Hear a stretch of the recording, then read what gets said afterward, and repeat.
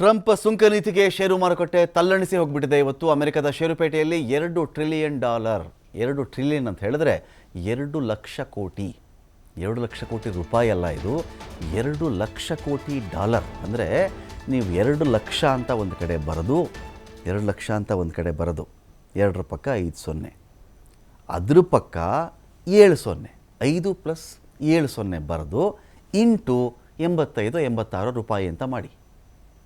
ಅದೆಷ್ಟು ಬರುತ್ತೋ ಅಷ್ಟು ರೂಪಾಯಿ ನಷ್ಟ ಆಗಿದೆ ಷೇರು ಮಾರುಕಟ್ಟೆಯಲ್ಲಿ ಅಂತ ಹೇಳಿ.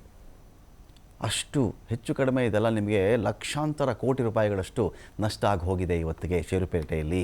ಅಮೆರಿಕದ ಷೇರು ಮಾರುಕಟ್ಟೆ ನೋಡಿ 6% ಕುಸಿತ ಆಗಿದೆ ಇವತ್ತಿಗೆ, 6%. ಇವತ್ತು ಸೆನ್ಸೆಕ್ಸ್ ನಿಫ್ಟಿಯಲ್ಲಿಯೂ ಕೂಡ ಭಾರಿ ಕುಸಿತ ಆಗಿದೆ. ಇವತ್ತು ಸೆನ್ಸೆಕ್ಸ್ 800 ಅಂಕ ಕುಸಿತ ಕಂಡಿದೆ. ಇವತ್ತು ನಿಫ್ಟಿ 300 ಅಂಕ ಕುಸಿತ ಕಂಡಿದೆ. ಟ್ರಂಪ್ ಸುಂಕದ ಕಾರಣದಿಂದಾಗಿ ಫಾರ್ಮಾ ಷೇರುಗಳು ಕುಸಿತ ಕಂಡಿವೆ. ಫಾರ್ಮಾ ಅಂತ ಹೇಳಿದ್ರೆ ಔಷಧಿ ಕಂಪನಿಗಳಿಗೆ ಸಂಬಂಧಪಟ್ಟಂತಹ ಷೇರುಗಳಿರ್ತಾವಲ್ವ, ಅವು ಕೂಡ ಇಲ್ಲಿ ಕುಸಿತ ಕಂಡಿವೆ. ಸೆನ್ಸೆಕ್ಸ್ 800 ಅಂಕಗಳ ಕುಸಿತದೊಂದಿಗೆ 75,500 ಮಟ್ಟದಲ್ಲಿ ವಹಿವಾಟು ನಡೀತಾ ಇದೆ ಅದರದ್ದು. ನಿಫ್ಟಿ 300 ಪಾಯಿಂಟ್ ಕಳ್ಕೊಂಡಿದೆ. ಇವತ್ತು 23,000ಕ್ಕಿಂತ ವಹಿವಾಟಲ್ಲಿ ಬಂದು ನಿಂತ್ಕೊಳ್ತಾ ಇದೆ. ಅಲ್ಲಿ Nifty pharma, health care, metal ಸೂಚ್ಯಂಕ 6% ಕುಸಿತ ಕಂಡಿದೆ. ಮೆಟಲ್ ಅಂತ ಬಂದಾಗ ನಿಮಗೆ ಲೋಹದ ಷೇರುಗಳಿರ್ತಾವಲ್ವ, ಅದಕ್ಕೆ ಸಂಬಂಧಪಟ್ಟಂಥದ್ದು, ಹೆಲ್ತ್ ಕೇರ್ಗೆ ಸಂಬಂಧಪಟ್ಟಿದ್ದು, ಔಷಧಿಗಳಿಗೆ ಸಂಬಂಧಪಟ್ಟಂಥ ಸಂಸ್ಥೆಗಳ ಷೇರುಗಳು ಕುಸಿತ ಕಂಡು ಜನ ಗಾಬರಿ ಆಗಿಬಿಡ್ತಾರೆ. ಅಯ್ಯೋ, ಟ್ಯಾಕ್ಸ್ ಜಾಸ್ತಿ ಆಗ್ತಿದೆ, ಈ ಶೇರ್ ಇಟ್ಕೊಳ್ಬೇಕಾ, ನಾನು ಮಾರಿಬಿಡ್ಲಾ, ಆಮೇಲೆ ಮಾರ್ಕೆಟ್ ಎಲ್ಲ ಸರಿ ಹೋದ್ಮೇಲೆ ಆಮೇಲೆ ನಾನು ಕೊಂಡ್ಕೊಳ್ಳ, ಮತ್ತೆ ಅಯ್ಯೋ ಏನಾಗ್ತಿದೆಯಪ್ಪ ಒಂದು ಗಾಬರಿ ಆಗ್ತಾರಲ್ಲ, ಆ ಗಾಬರಿಗೇ ಈ ಥರ ಲಕ್ಷಾಂತರ ಕೋಟಿ ರೂಪಾಯಿಗಳಷ್ಟು ನಷ್ಟ ಆಗಿಬಿಡುತ್ತೆ. ಆಟೋ, IT, ರಿಯಾಲಿಟಿ ಸೂಚ್ಯಂಕಗಳು ಕೂಡ 3% ಹೆಚ್ಚಿನ ಕುಸಿತ ಕಂಡಿವೆ. ಕುಸಿತಕ್ಕೆ ಕಾರಣ ಇಷ್ಟೇ, ಟ್ರಂಪ್ ಪರಸ್ಪರ ಸುಂಕ, ನೀನು ನನಗೆ ಟ್ಯಾಕ್ಸ್ ಎಷ್ಟು ಹಾಕ್ತೀಯೋ ನಾನು ನಿನಗೆ ಅಷ್ಟೇ ಟ್ಯಾಕ್ಸ್ ಹಾಕ್ತೀನಿ ಅಂತ ನಿಂತಿದ್ದಾರಲ್ಲ ಟ್ರಂಪು. ಇದಕ್ಕೆ ಭಾರತದ ಮೇಲೆ 27% ಸುಂಕವನ್ನು ಅಮೆರಿಕ ಹಾಕಿತ್ತು. ಇದೀಗ ಆ 27%ಇಂದ ನಾನು ಅದನ್ನು 26% ಮಾಡಿದ್ದೀನಿ ಅಂತ ಕೂಡ ಅಮೆರಿಕ ಮತ್ತೊಮ್ಮೆ ಸ್ಪಷ್ಟಪಡಿಸಿದೆ. ಇಲ್ಲಿ ಭಾರತಕ್ಕೆ ಮಾತ್ರ ಇದು 27% ಅಂತ ಮೊದಲು ಹೇಳಿತ್ತದು, ಈಗ ಅದನ್ನು 26% ಮಾಡಿದ್ದೀನಿ ಅಂತ ಹೇಳಿ ಅಮೆರಿಕ ಹೇಳಿದೆ. ಭಾರತ ಬಿಟ್ಟರೆ ಚೀನಾ ಮೇಲೆ ಎಷ್ಟಿದೆ ಅಂದರೆ 34% ಇದೆ. ಐಫೋನ್ ಎಲ್ಲ ಅಸೆಂಬಲ್ ಆಗೋದು ಚೀನಾದಲ್ಲೇ, ಅವರಿಗೆ 34% ಟ್ಯಾಕ್ಸು.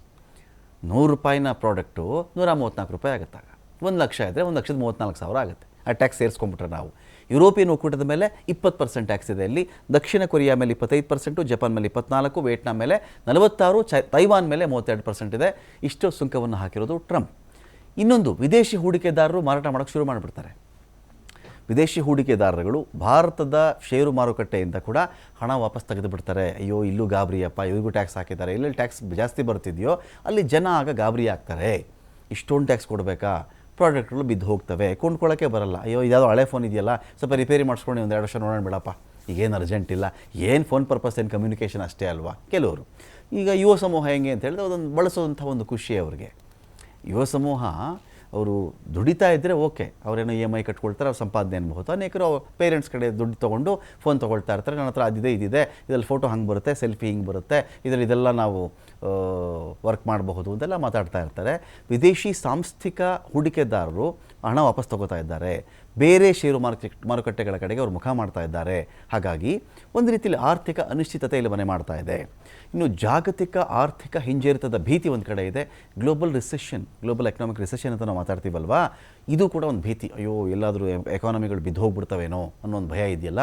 ನೋಡಿ, ಅಮೆರಿಕದ GDP 2.8%ಗೆ ಕುಸಿಯುವಂಥ ಮುನ್ಸೂಚನೆ ಇರುವಂಥ ಹಿನ್ನೆಲೆ ಇದು. ಹೂಡಿಕೆದಾರರ ವಿಶ್ವಾಸವನ್ನೇ ಶೇರ್ ಮಾರ್ಕೆಟ್ ಇಲ್ಲಿ ಒಂದು ಕಡೆ ಕುಗ್ಗಿಸ್ತಾ ಇದೆ. ಇಲ್ಲಿ 2025ರ ಮೊದಲ ತ್ರೈಮಾಸಿಕದಲ್ಲಿ GDP 2.8%ಗೆ ಕುಸಿಯುವಂಥ ಸಾಧ್ಯತೆ ಇದೆ. ಸೊ ಷೇರು ಮಾರುಕಟ್ಟೆಯಲ್ಲಿ ಇದನ್ನು ಏರಿಳಿತಗಳು ಇದು ಜಾಸ್ತಿ ಮಾಡುತ್ತೆ.